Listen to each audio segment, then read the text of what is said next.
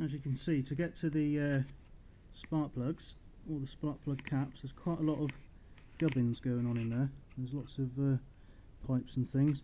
You can get to this first one easy enough, you can see the damage on there. But you've got all these pipes that are in the way of the second one. If you go around the other side, again you can see the first one, which was another damaged one which I've got to replace. And you can just see the second one in there again, but you've got all these pipes in the way, which means it's quite difficult to get your hands in there.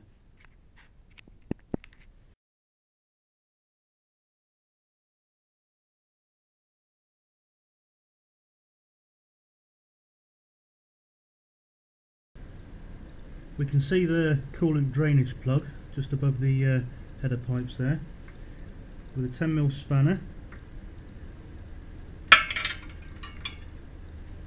Undo the nut, that's really quite loose now. Make sure you've got a tub underneath. Excuse fingers.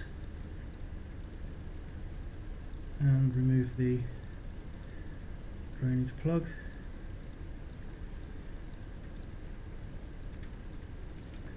Now it won't come gushing out because it's got a vacuum in there caused by the radiator cap, which I'm now going to remove.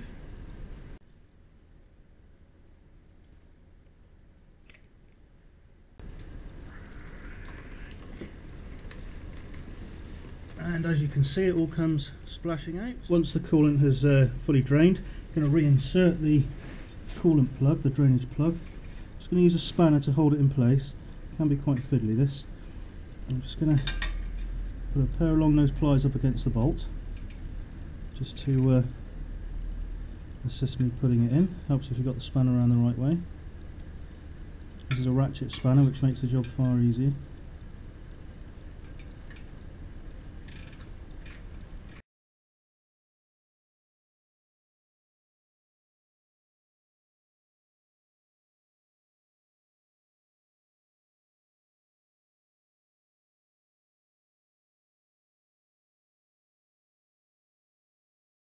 To remove the seat,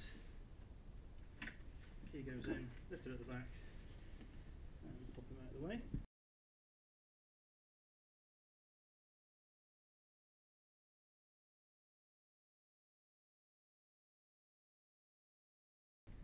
To lift the tank up out of the way,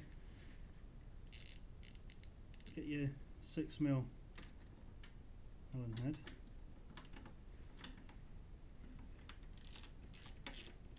Undo the bolt at the front of the tank.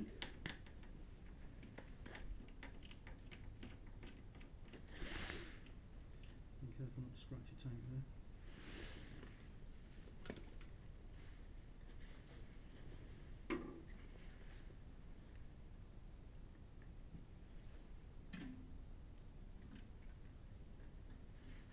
And if you get a stick or something, it's not going to damage it. You can wedge it in there, careful not to trap anything.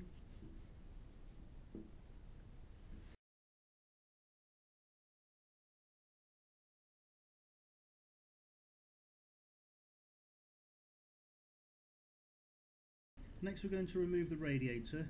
You can see I've actually got a Scott oiler mounted to the back of my radiator, so I'm going to have to remove that one first.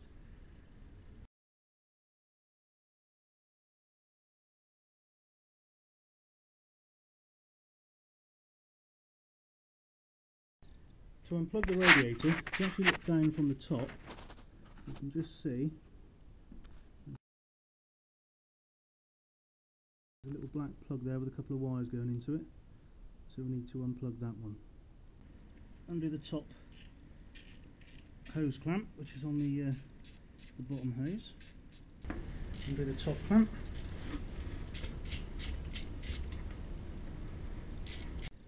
And we just need to undo the final lower hose on the radiator. There's also a little tiny hose on the back of the radiator here on the right hand side, which you just need to pair of pliers. Now I'm going to undo the bottom nut on the radiator. It's a 10mm. It's actually a little bolt there. Now I'm going to undo the top nut. It's at the top left hand side of the radiator. You're looking at the bike from the front. Not sure if you can actually see it on the camera, but again it's a 10mm.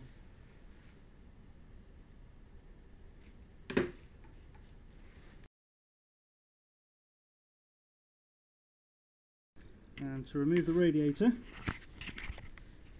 don't know if you can see this, you just lean it down towards the left and push them across to the right.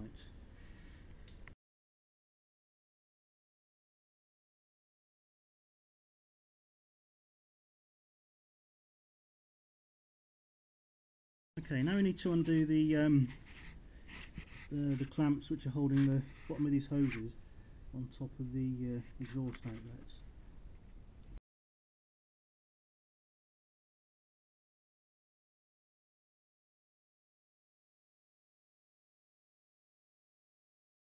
So now we're going to take off the top large hose which goes to the airbox. There's a couple of clamps. There's one this end, and there's actually one this end at the top there. So I'm now going to get my big pair of pliers and remove those.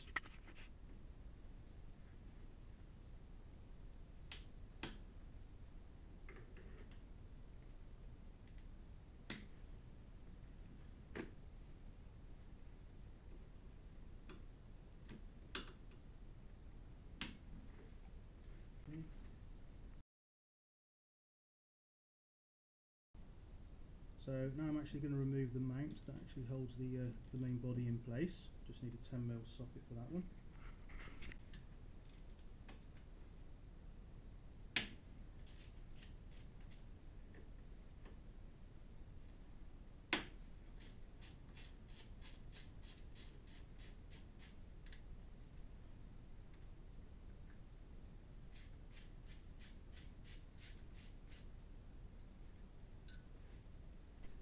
There are a further 2 bolts, if you just have a look there, just either side of the main hose intake there, which I need to remove now. I'm going to use a 10mm spanner on that one, it'll be a bit easier.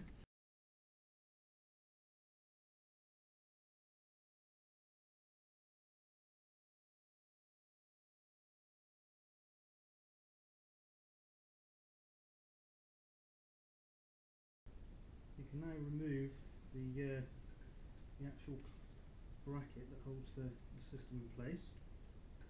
Careful of any wires there. Just twiddle around, he comes out frontways. Easy enough. I'm not sure if you can see this, but if you pull the actual main body back, you can just see an Allen head bolt right down the bottom there. That's holding on the tubes, the pipes, so we need to get that one undone. Got a few things to remove on this side, which is where the number 4 carburetor is. There's a couple of hose clamps, etc. we've got to remove. So there's a little hose clamp just here, holding everything together. That's taken completely off. That's in.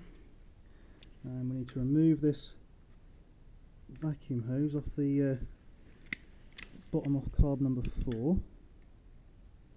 We need to remove the connecting hoses now at the very top. You've got some little rubber hoses connecting onto the metal hoses, so we need to remove those.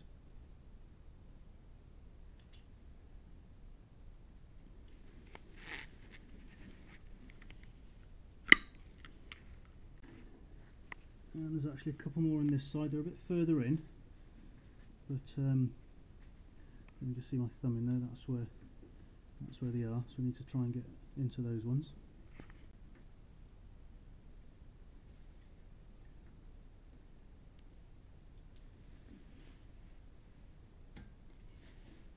That was easy enough. The bottom clamps come off a bit easy actually, so I should now be able to pull these top ones off from here. Should give me a bit of access there.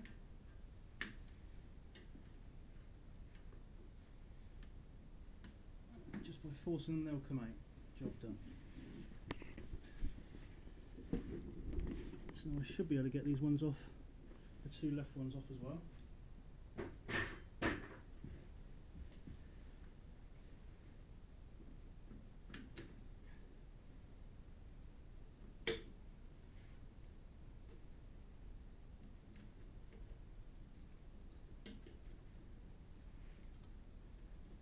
A bit of a wiggle.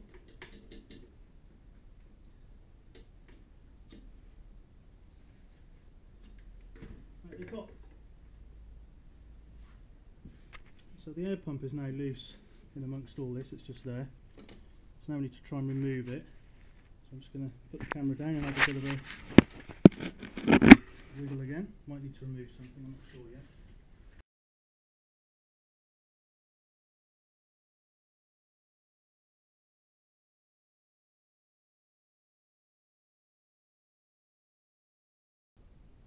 Okay, so I'm going to take off the coil on the right hand side,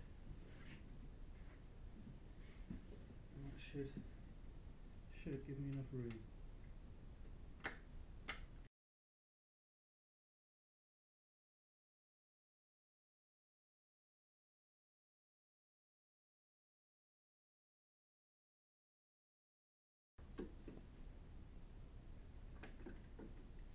And there it is. Off. Job done. Coil back on.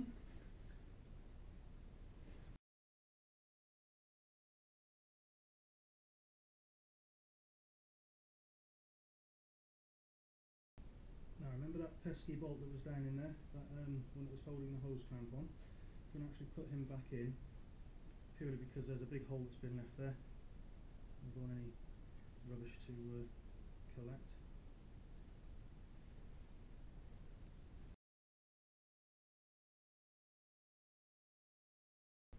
I'll just show you the position of that screw again, so you can actually get a better idea of where it was in the beginning. If you look down, that's where he is there. Okay, that's number 3 piston, and this one is number 4, so it's kind of sat just in between them, just behind. It's quite an awkward little one to get into, but you need to undo him because he's holding on a couple of the hoses that you need to remove.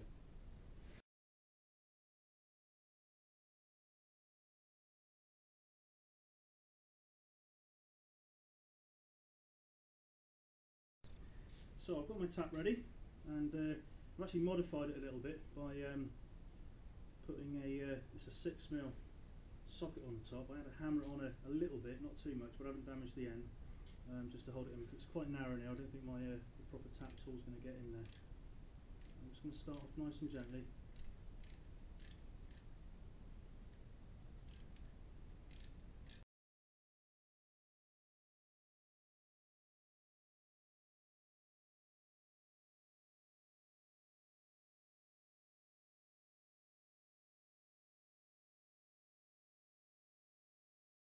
So where the hose connected to on top of the carb, we now have an open hole which we need to plug.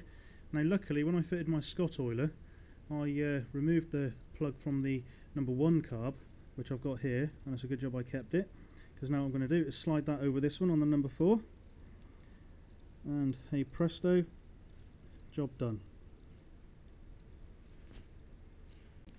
There's still a hole at the top of the airbox, so you can just see there where the top hose was removed, so we need to plug that one up. I'm going to show you now how I've done it myself, cheaply and easily. What we've got here is the original top hose. I've got a little black plug there. This actually came off a push bike. It was on the stud when I bought the bike, on the you know, where the wheel mounts on. It was just a little protector thing there. Just found that in a box, so I'm going to be using that one.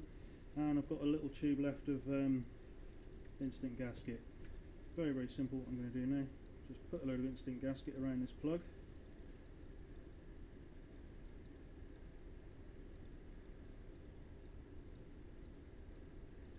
It's actually quite a good fit anyway, but this will just ensure you don't get any air leaks. Bit mucky. And just push him in the end. Push him in so he's nice and flush, he's not going to get caught on anything.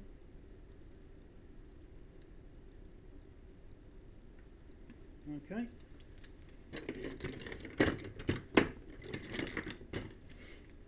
And if you put the original clamp around it as well, that'll hold it firmly in place.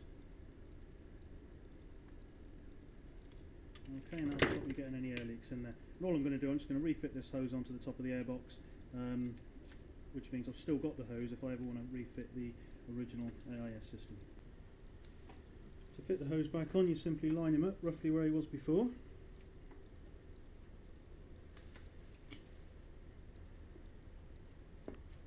Push him back on and put the clamp on.